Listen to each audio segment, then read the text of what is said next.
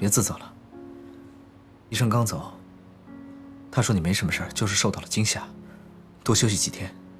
這幾天你哪兒都別去，在家好好休息。我不用休息啊，我明天就可以去公司上班啊，挺好的。那怎么行呢？这万一再遇到这樣的事怎麼辦啊？哎呀，不會啦，我以後一定會小心的。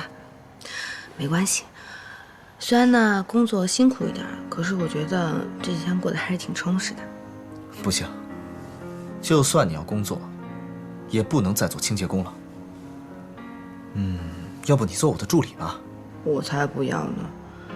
前一天還是清潔工，第二天變成了總裁助理，別人不知道在背後說些什麼東西呢。我可不準備變成那些人茶餘飯後的談資。那你想幹什麼呀？我做清潔工挺好的呀，不過你能不能答應我一個要求？好，只要我能辦到，我一定答應你。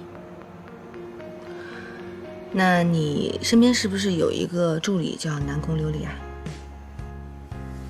有啊，怎麼了？那你能不能答應我，離那個南宮琉璃遠一點，不要讓他接近你。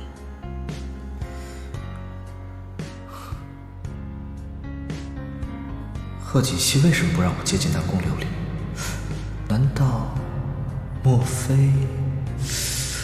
非他吃醋了？喂，顧西城，你到底有沒有在聽我說話？有啊。行了，你的心意我明白了，你放心吧，趕緊休息。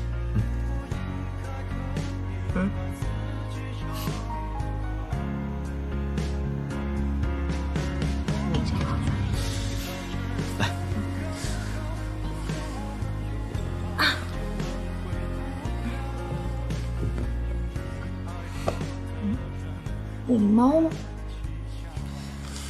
在這兒呢。謝謝。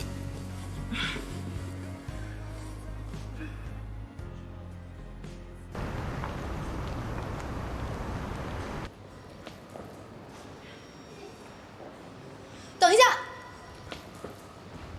等一下，等一下！謝謝，謝謝。